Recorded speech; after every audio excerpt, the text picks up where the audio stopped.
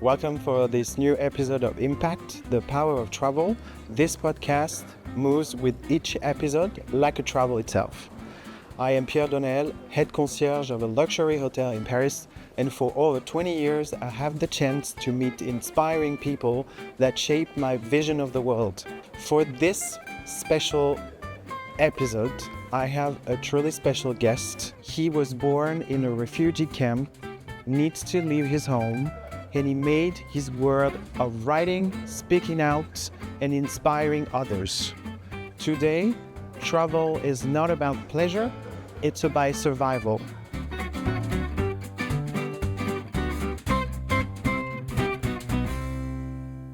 Bonjour, Chaker. Bonjour. Yeah. How are you? Good. Great day. It's hot in Paris. But it's fine. And we had to cut the AC. Sorry about that. I know. Thank you for hosting us. Thank you for being in my place here and for this interview. Thank you. Thank you so much. I always start by the same questions. Who are you?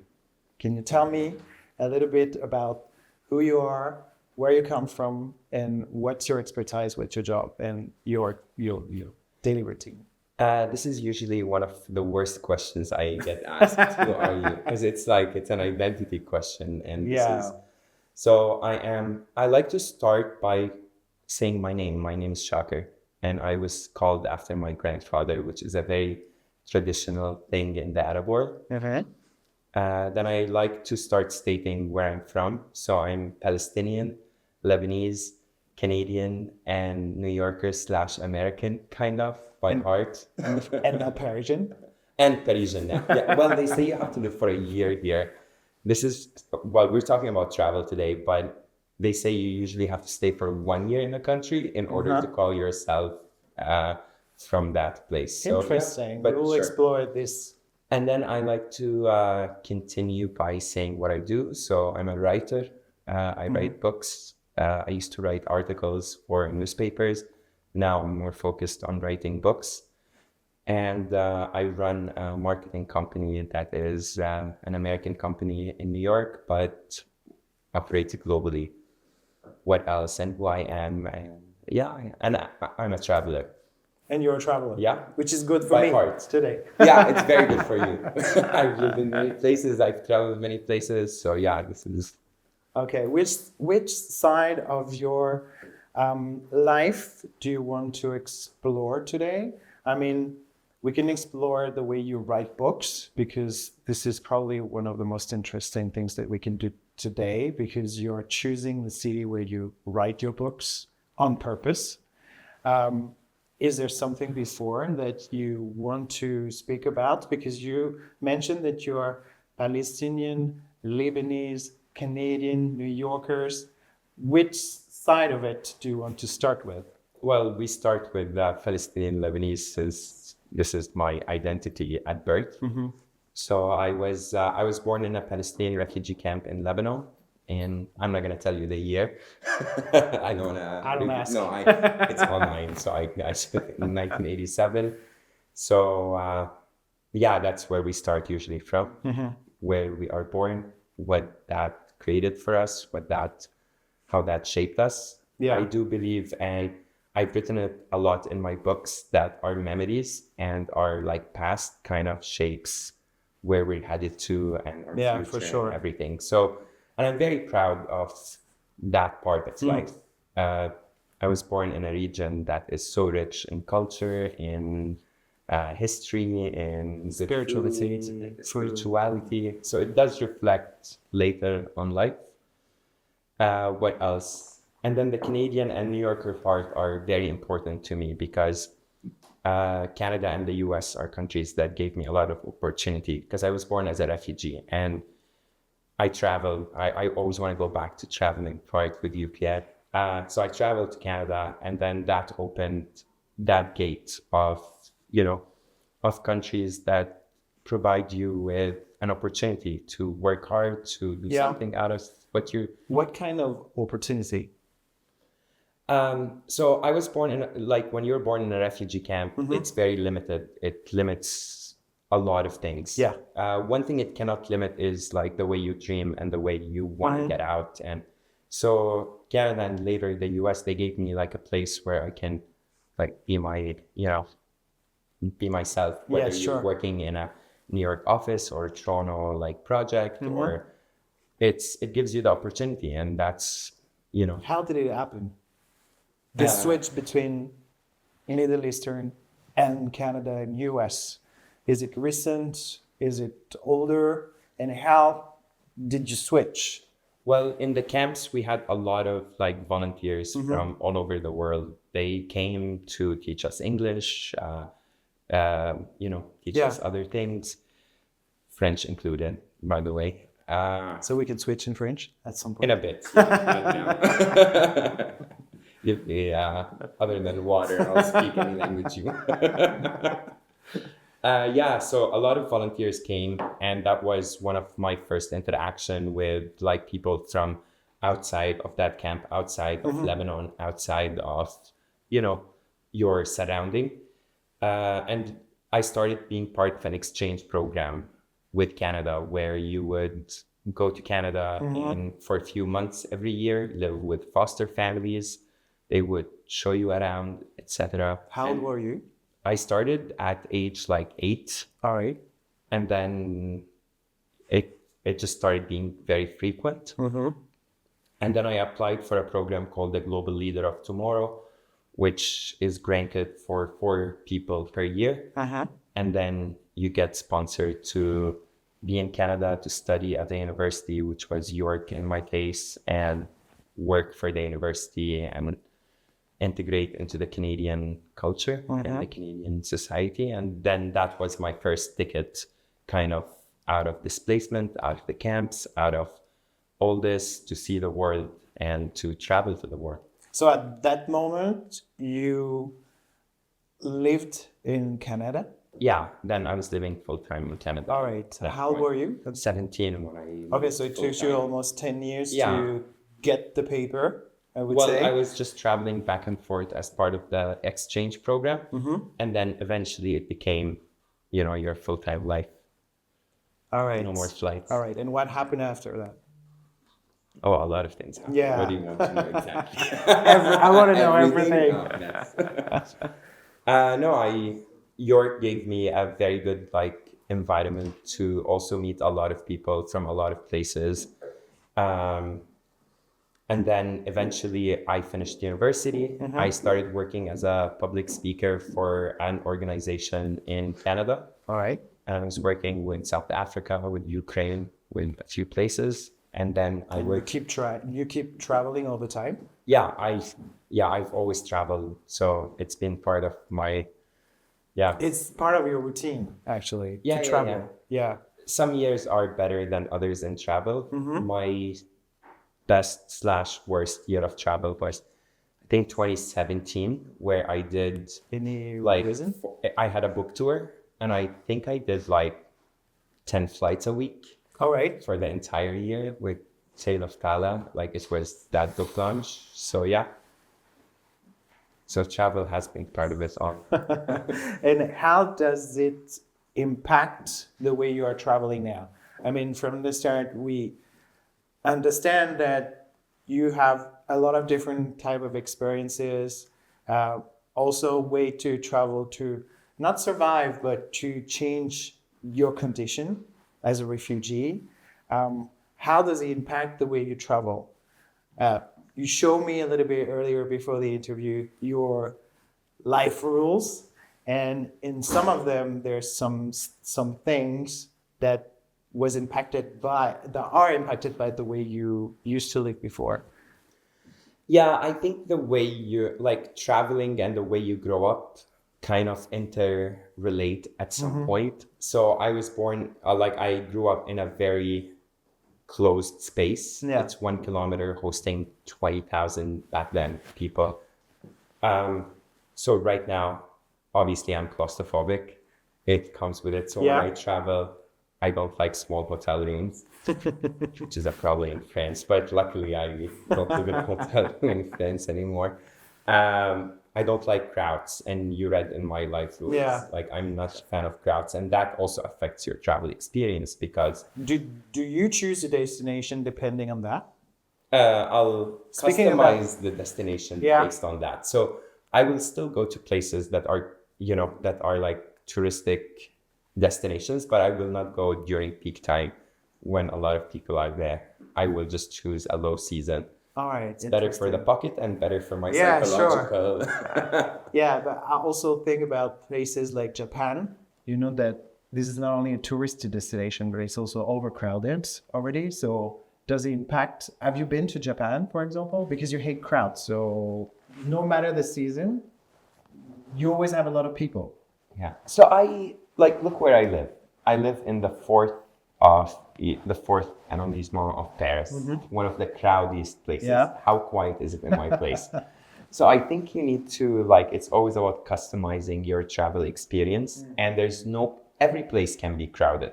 I mean, you can go to name a rural place. I was in Omaha in Nebraska in the US, middle of nowhere. And I managed to end up in a place that was overcrowded that I left because I didn't like it.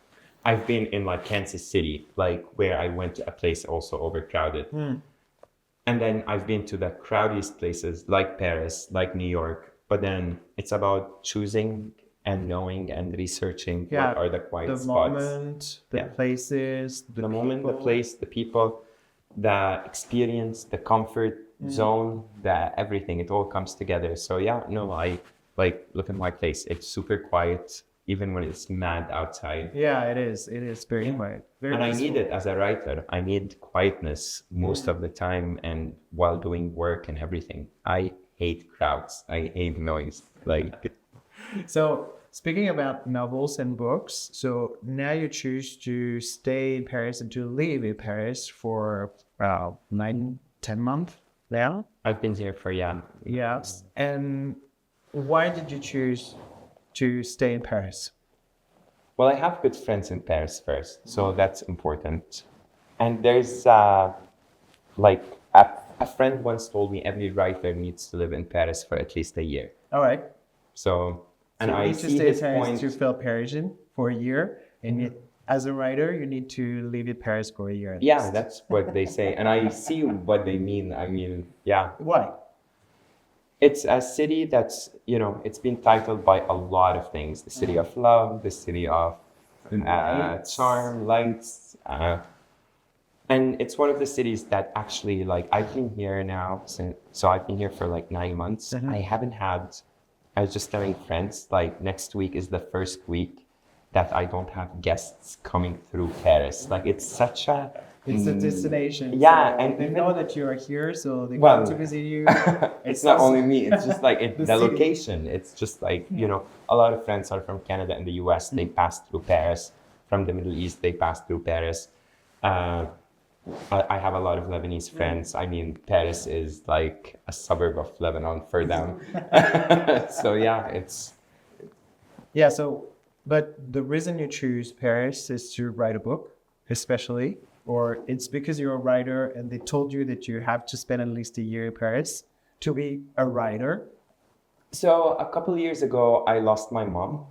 And the way to heal for me was to travel the world, to go to a lot of destinations and to just travel, not be in one place. I just didn't belong to any instant or didn't belong to any kind of group of people. I just wanted to keep moving. So the day mom died, I was in Milwaukee for a friend's wedding. And then I just started traveling for a year. This moment? Yeah, Okay. I was going to all sort of places. Then I settled down in Amman and Jordan for a bit. How did you choose the destination at that time? I was not in the right mindset. And this is the beauty of traveling, I think, that it just lets you want to explore. And when you're a traveler, you're not committed to a place or to a person or to, to a time. You can just take off and leave. And that's what I did for a long time. I went to Lebanon, Cyprus, Qatar, Amman, the States, Canada. And then I was like, okay, Jordan felt good. I have good friends in Jordan. It felt like winters in Jordan are nice for me. So that was the place to be. And then right after that, when you travel a lot, you also start missing having a home. Yeah. And creating a home and like relating to a HUD.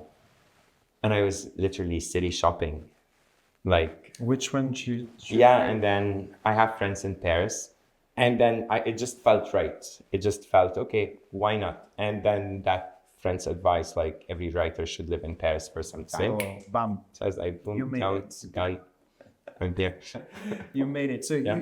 now you live in Paris, but you keep traveling? Paris and Barcelona are kind of my cities right now.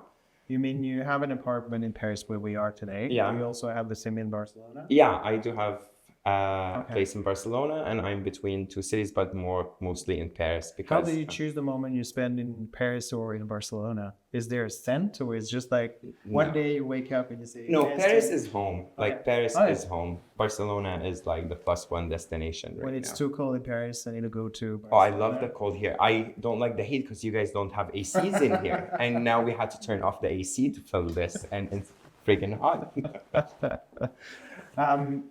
You spoke earlier about you did a world tour for book promotion.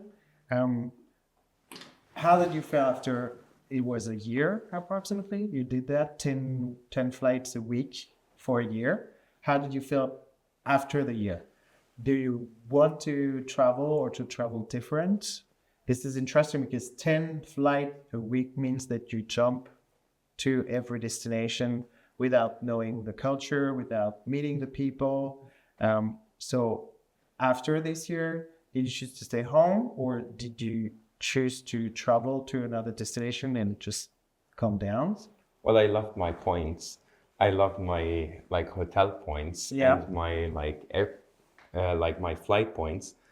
I did miss though. I always, when you travel for a long time, you do miss a base, like Yeah. to go back home, like a place to call home. Where was it at that time? Home back then was New York. All right. Yeah, so it felt good to go back to New York and always, and like even if it's for 1 or 2 nights, like there's a beautiful concept about home. Traveling is beautiful and like it opens a lot of things for you, but also home, it's not the opposite of traveling is home, but it's two parallel things happening together. Yeah. You have that hunger to discover the world, Yeah. but you always like, it feels nice to go back to the same pillow and the same bed, because some hotels have shitty beds and some hotels have better beds. I try to pick the good But beds. even though this is not your bed, even if it's good beds. But what bed is your bed? I mean, even my bed at home, I could change it tomorrow and it's not my bed anymore. And even places, like I don't know why we get so attached to places. The world is huge, like really huge world. Like I don't know, I will not limit my life to a bed. Yeah, sure. Yeah. But it's interesting the way you said that when you travel the world and explore and be inspired by the places, the people, the culture, or whatever, I am always happy to be back home. And I think that the moment that you're not happy to be back home, it's not because the travel was so good that you don't want to go back. It's maybe because your home is not your home anymore and you need to think about it differently. Yeah, you need to change then. Yeah. And like for me, home is the world, literally. Like home is Paris right now.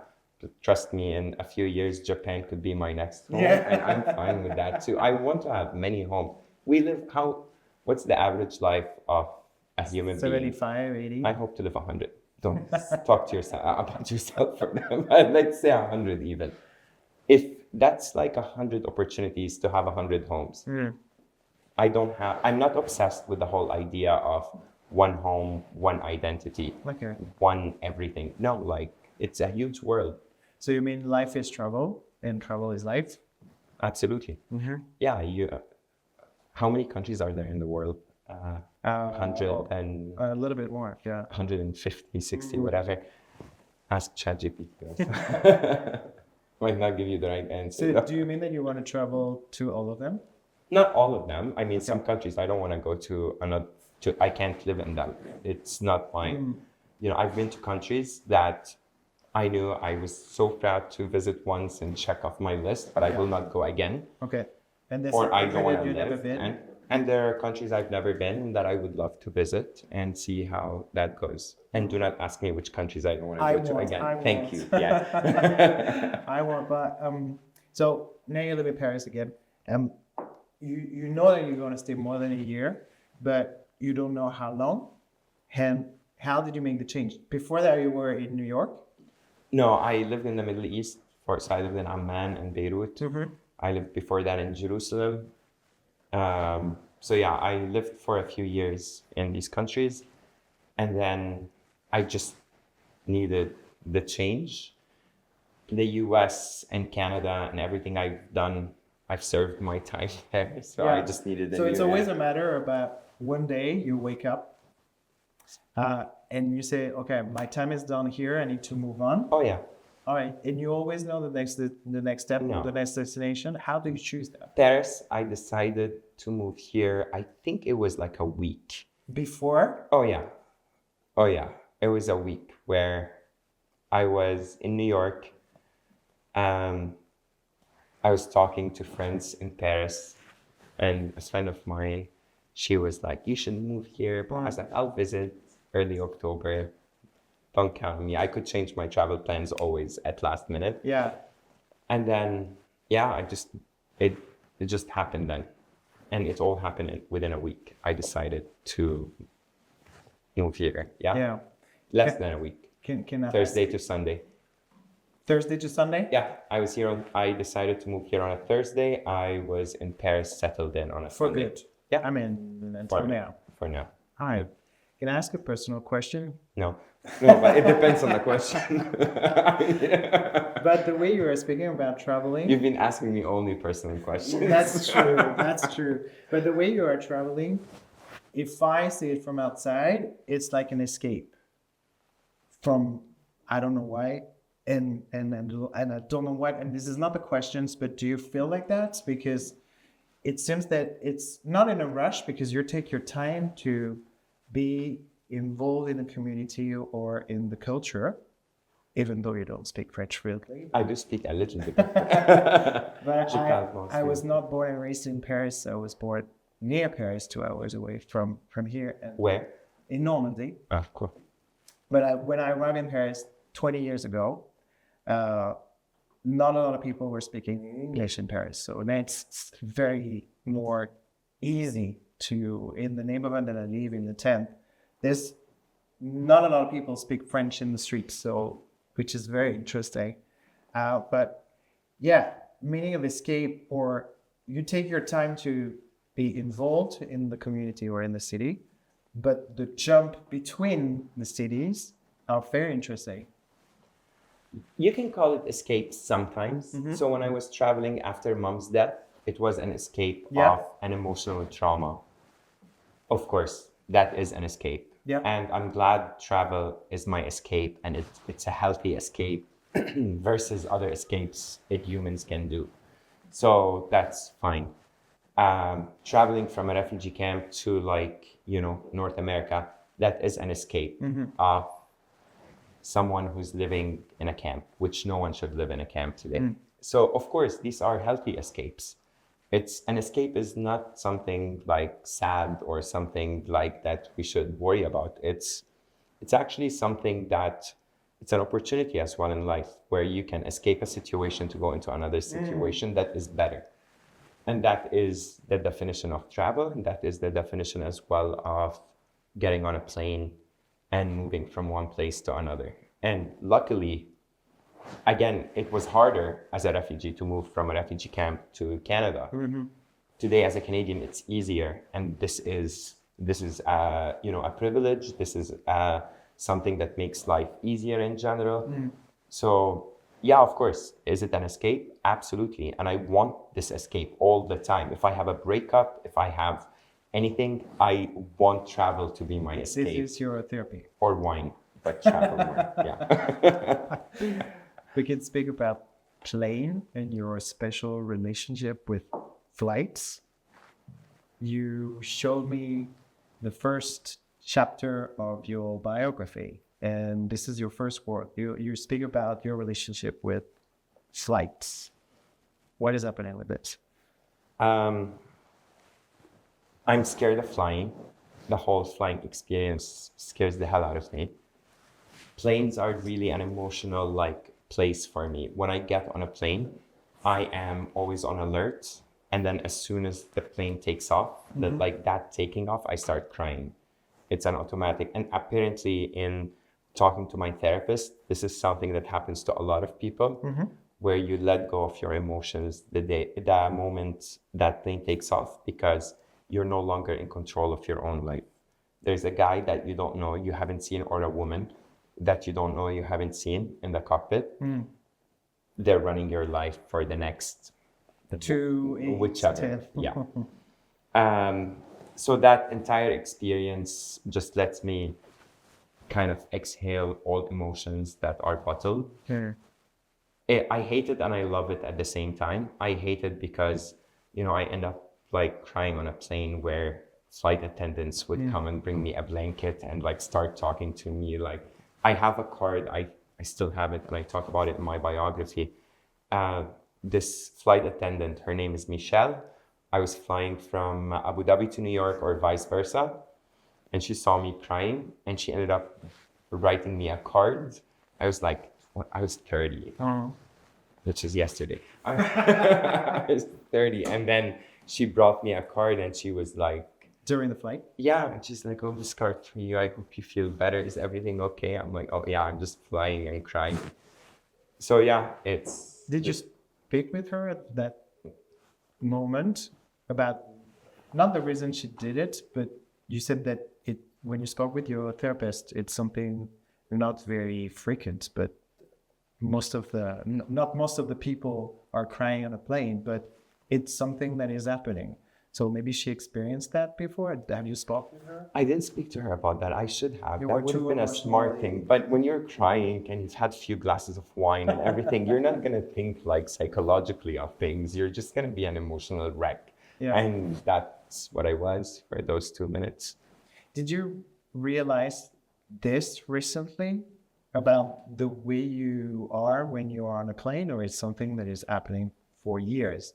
Since my first flight. All right. My first flight was Beirut, Czech Republic, Canada, through Prague on Czech Airlines. And on that flight... You were super young. I was 7 and I cried that flight. Freud must have been right about a few things related to our childhoods and how it affects us. Since then, you cry all the time. So when you flew 10 times a week, you cried almost planes. Every place. Almost every plane, yeah. All right. Don't sit next to me on a flight. Don't sit next to me on a flight. Yeah. So what is your favorite destination talking about? Jerusalem. Yeah. Jerusalem. I'm Palestinian. That's the city that, signifies for me. Jesus signifies for me every part of my identity, of how I even relate my identity as a Palestinian to the identity of Jesus, who was born there. He was born in Bethlehem, but Jerusalem is the city and its surrounding, Bethlehem, all that area. This is sacred area. This is my favorite destination. This is where I feel, even in my village in the north, Tashihan, this is where I feel I am the happiest. I am the most peaceful. I'm the most creative. I love the people. I love my identity there. So, yeah. Do you remember the first time that you've been there? Yeah, I was not allowed to go there actually all my life. Because as a Palestinian, as a Palestinian refugee, you cannot go back to your home country. It's a rule. So I went back for the first time in 2015 as a Canadian. I had to get a visa. I wasn't going but I don't care about this. I put politics aside. Yeah. Who cares? What I cared about is I was going back to a place that my grandfather had fled half a century ago. I was going back to... So it was 2015? 2015, so it was 10 years ago? 10 years ago, yeah. Okay. Yeah, it's the first time I went. And For me, it was like, it's my favorite destination because it's home. It's like a country that my grandparents told me a lot about, and we grew up with their stories. So also to see how it is from imagination to reality. And I ended up, I went for the first time thinking I want to stay for a week. I went on December 21st, 3 days before Christmas. And I ended up staying for the 3 months that my visa was valid for. And this is how I really did not want to leave. And what is not the worst destination, because we won't talk about it. Yeah. But what is the next destination? So now you're in Paris. This is one of your destinations. But during your visit, I would say, in Paris, you will probably travel. And not for work, but I'm interested in your personal destination. I don't know. I don't want to know right now. How do you pick up travel? I told you, Paris, I picked up in a few days. Yeah. I will pick up my next destination a few days before it becomes home. And this is the beauty of home. I'll choose it myself a few hours even before. Yeah, but traveling for leisure, I mean... For leisure, I will also it's not about like the place per se. It's about like the people as well. Yeah. If I'm going to meet people somewhere, Yeah. or my next... Do you always travel alone? I mean, even to meet people at this destination, but do you travel by yourself? Or Sometimes, Yeah. and it depends. Sometimes with friends, sometimes alone. My next destination, like right now, that comes into mind is, I think, Berlin. All right. Yeah, that. Just like that. Not like that. On purpose. On purpose. Don't ask me about purpose. I'm still figuring it out. How do you think the way you are traveling the world impact the way you write books? Because this is your main job, I would say, now, to write books. And how does it impact the way you write it? Traveling is like seeing new places, new people, new faces, new everything. I think it like stimulates your imagination. And when you write, I write fiction, but I don't believe in fiction. I think fiction is always like related to something you've seen, to the whole déjà vu, concept. So the more you travel, the more you're going to see things, the more you're going to see people, you're going to see you're going to live experiences that become subjects in your books, whether it's a whole book about a subject or like a specific character, but I can't make up characters from our own mind all the time. I need to see them in real life and reimagine them in my books. And I mean, living in the 4e here, I can see a lot of people, but not that many to write, Yeah, so it means that we are expecting a book to be placed in Paris? Maybe, I don't know yet. Okay. Yeah, right now I'm working on a project.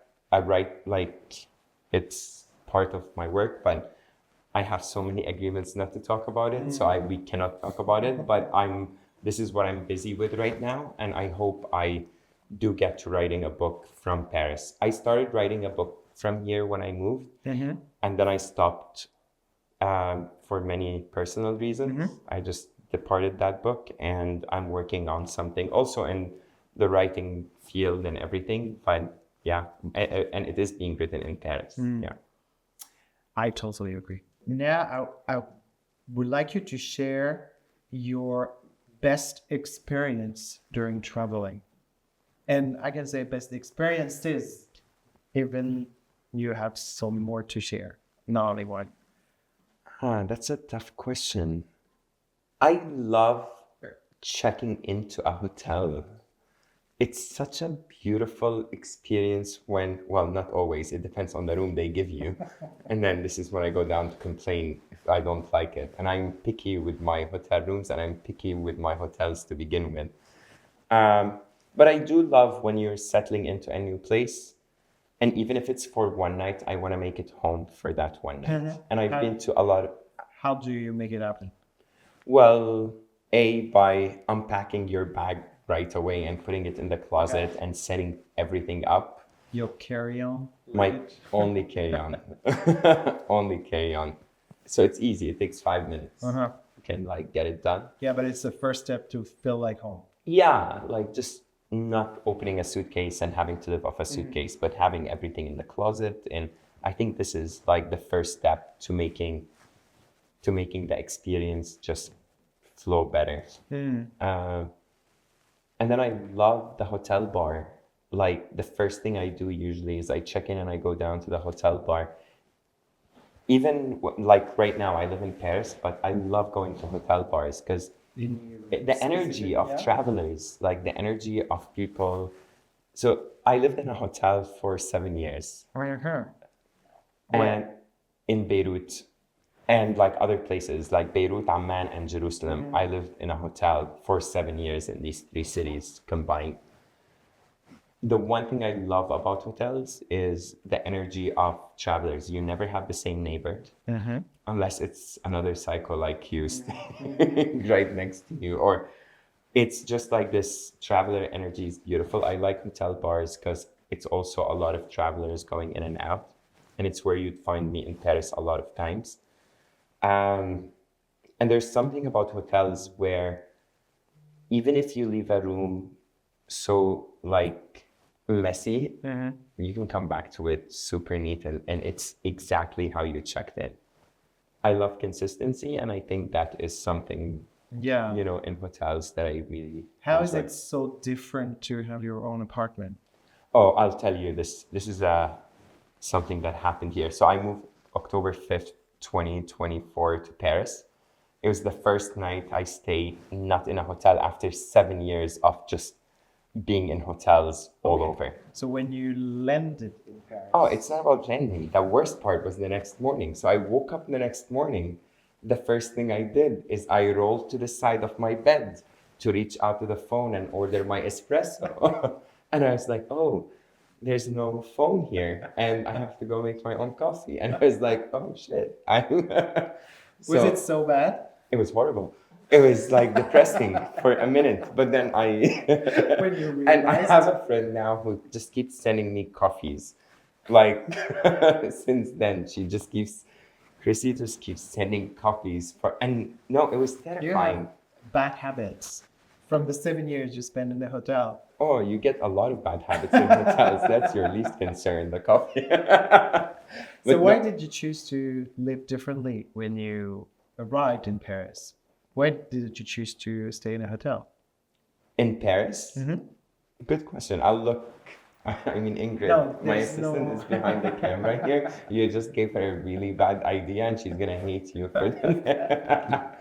No, I needed home. Again, go back to how we deal with traumas in life. The loss of my mom made me like re-emerged a new person in me, and I just needed a home. Like I needed... After a year of traveling. Yeah, and like... Too. Yeah, and her sickness and everything. Like it was just so too much that I just needed a home. I really needed to wake up and make my own coffee. And I needed... Today, before you guys come, my housekeeper didn't show up on time today. God bless him. But then I had to clean the place myself. First time I cleaned up my place in years. Many years. Also, I was like, why are they selling it today? And but this is part of, you know, the process. Do you still have expectations about travel? I mean, we don't know yet, and you don't know yet exactly where you are going to and the reason you will travel. But do you have still expectation during your travel? Yeah, I have rules. Like you read my life rules. Yeah. I have life rules that I put, and a lot of them are related to travel because a lot of my life involves travel. So with travel, I do have rules about the flights I take. I do have rules about the times of the flights I take. I do have rules about the hotels I stay in. And I will not compromise over these because it's not only about traveling. For me, traveling is no longer going from one place to another. It's actually having home in every place you're going to. And how can you compromise over the place you want to live in? Yeah, for sure. Even just for a night. Yeah. This is very interesting. But apart from the rules that you are following during travel, do you expect surprises? I hate surprises.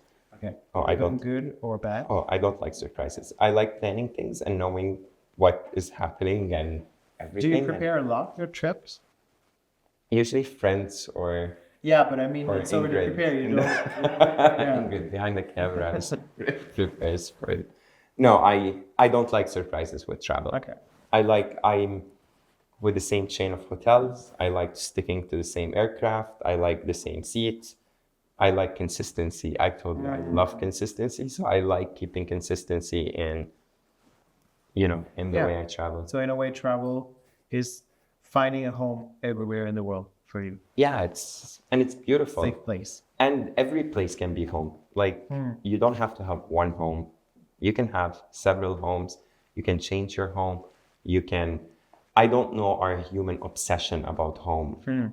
I do understand it. And again, I told you I was looking for a home after it comes from deprivation of emotions, of experiences, but I don't understand it. Like I really, I went to Bourgogne in France with a couple of friends.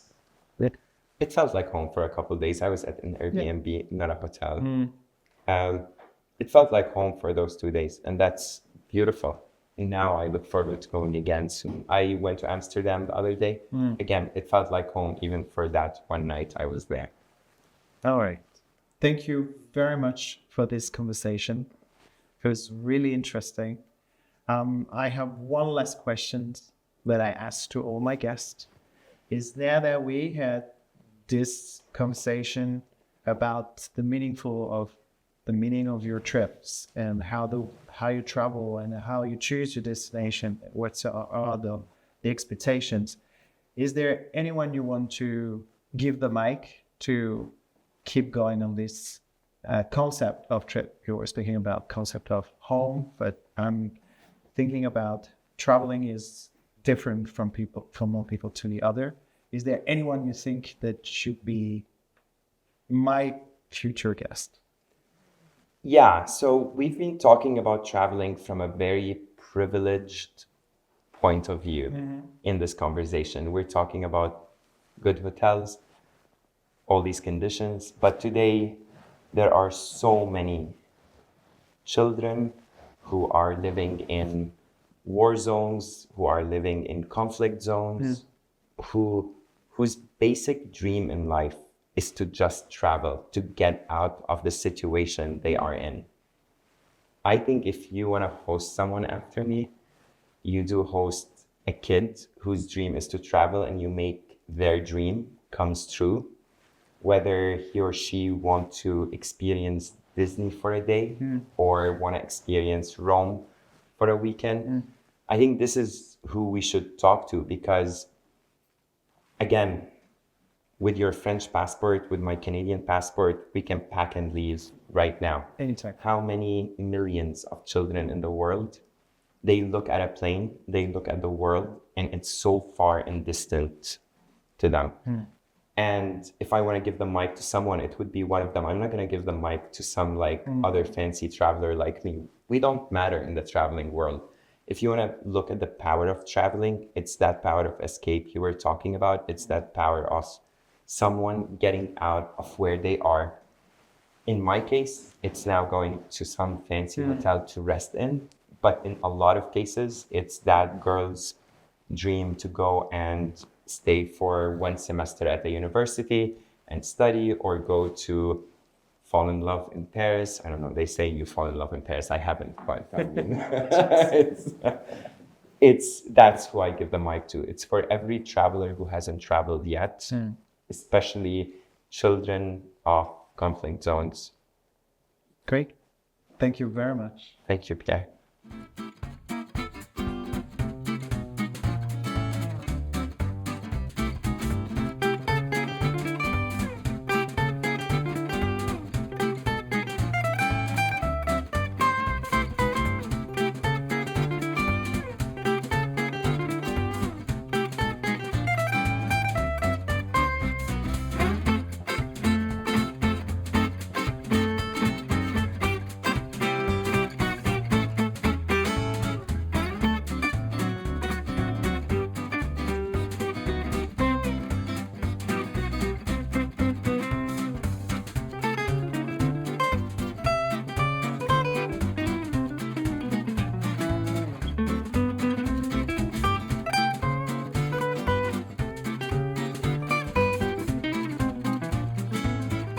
Thank you for watching this new episode of Impact the Power of Travel.